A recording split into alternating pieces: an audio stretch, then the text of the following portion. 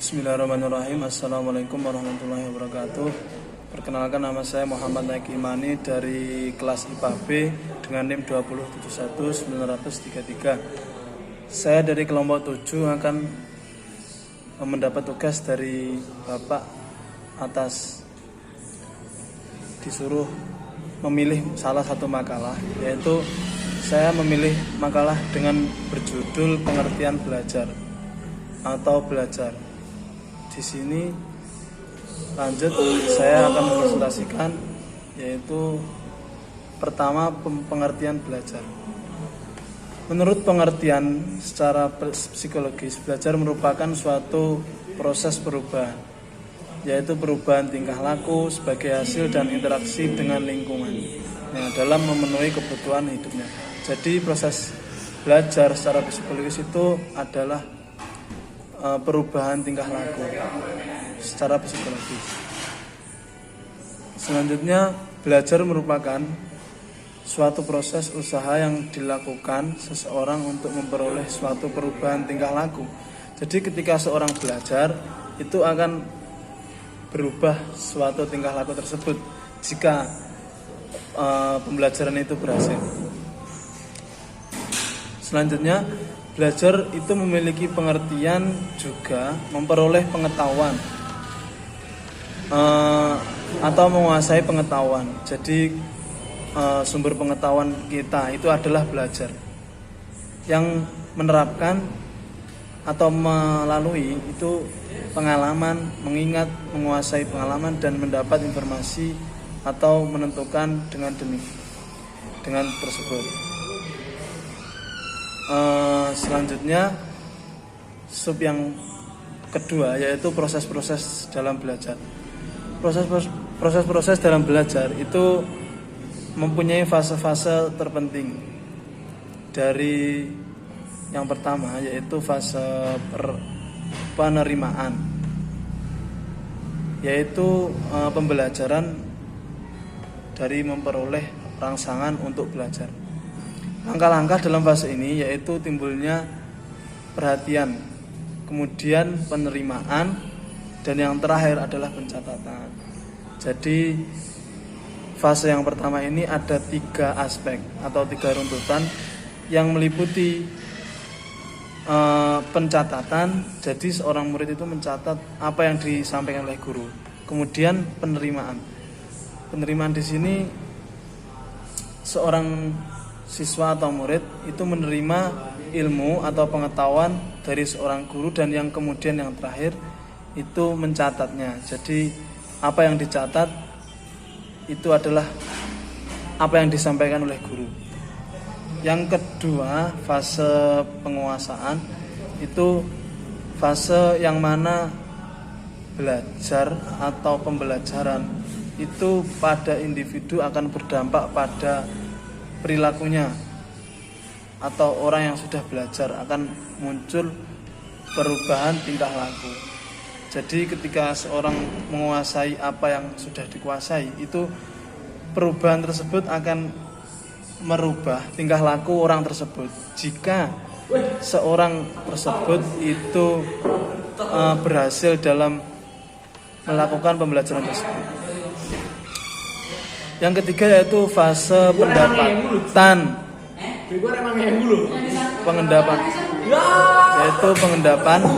Fase ini berhubungan dengan ingatan dan kenangan.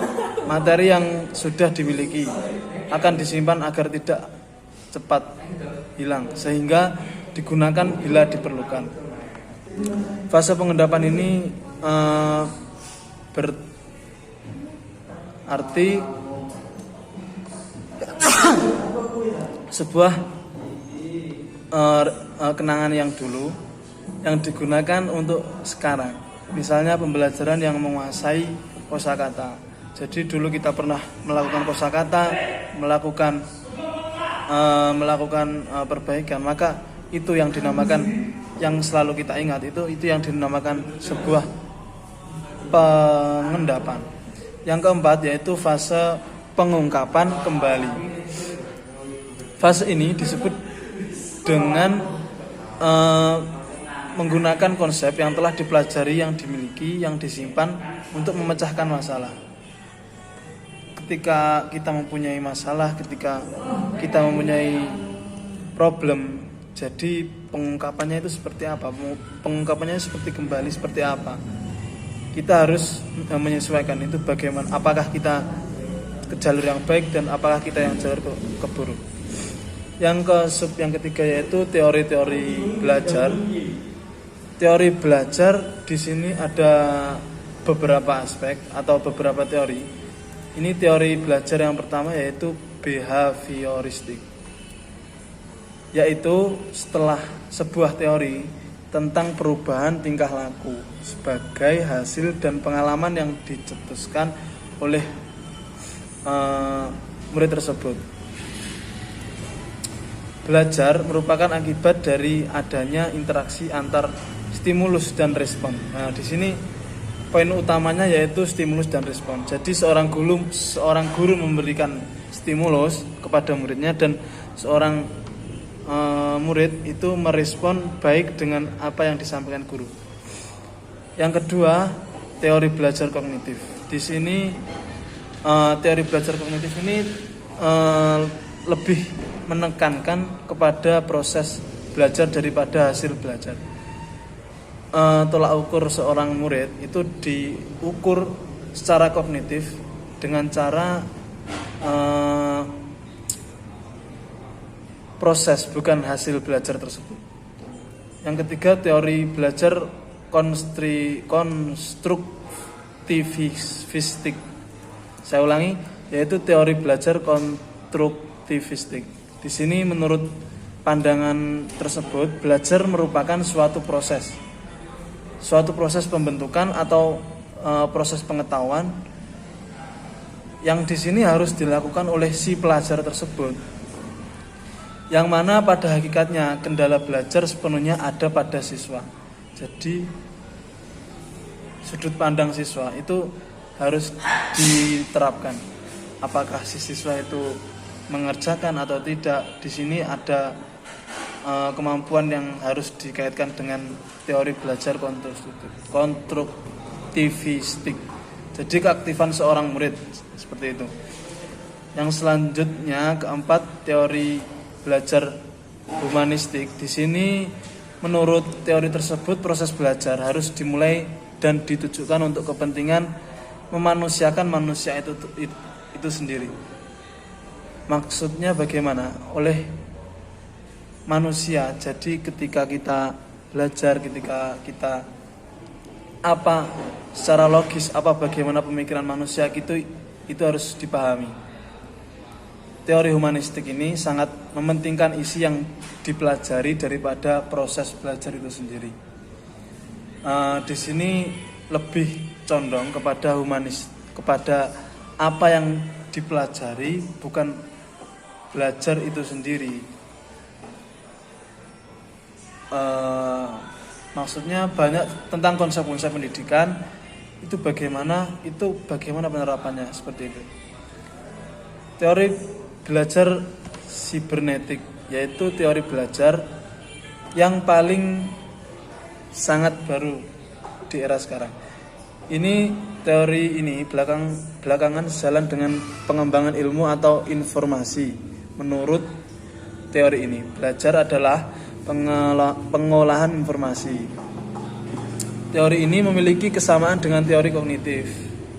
Ya, kurang lebih seperti yang saya paparkan tadi, yaitu teori kognitif, yang mana pada pengetahuan atau teori belajar sistematik ini, sibernetik ini itu menerapkan pengetahuan atau pengolahan informasi. Jadi seberapakah kuantitas informasi pada murid tersebut. Yang selanjutnya, pada faktor-faktor yang mempengaruhi belajar, berpikir sebagai proses belajar itu apa? Yang pertama ada faktor internal dan faktor eksternal. Pembagian tersebut sudah faktor yang berasal dari dalam individu dan dari luar individu. Yang pertama faktor internal itu meliputi apa? Itu meliputi faktor biologis dan faktor psikologis. Faktor psikologis itu meliputi segala hal yang berhubungan dengan keadaan fisik atau jasmani individu. Kalau saya artikan itu keseperti orang yang memiliki fisik yang tidak baik itu akan mempengaruhi apa belajar tersebut, keefektivitasannya itu. Jika seorang fisik itu tidak baik maka akan terganggu, seperti panca indera, seperti fisik-fisik yang lainnya. Yang kedua, faktor psikologis dari faktor internal itu berkaitan dengan segala hal yang mengenai kondisi mental seseorang. Jadi pengaruh belajar pada faktor psikologis itu seorang bagaimana keadaan mental tersebut, apakah dia baik, apakah dia buruk. Seorang yang memiliki emosi tinggi maka tidak akan bisa masuk pembelajaran tersebut, seperti itu. Yang kedua dari faktor yang mempengaruhi belajar itu adalah faktor eksternal, yang merupakan faktor yang ada beberapa aspek. Yang pertama yaitu aspek keluarga, yang kedua aspek lingkungan, dan yang ketiga aspek lingkungan masyarakat. Saya jelaskan yang paling dasar dulu, yaitu faktor lingkungan keluarga. Di sini kondisi lingkungan keluarga yang dapat menentukan keberhasilan belajar tersebut itu bagaimana. Adanya hubungan yang harmonis sesama keluarga ataukah yang terpecah belah, seperti itu. Tersedianya tempat dan peralatan belajar yang cukup memadai. Jadi pengaruh lingkungan belajar terhadap keluarga itu juga mempengaruhi.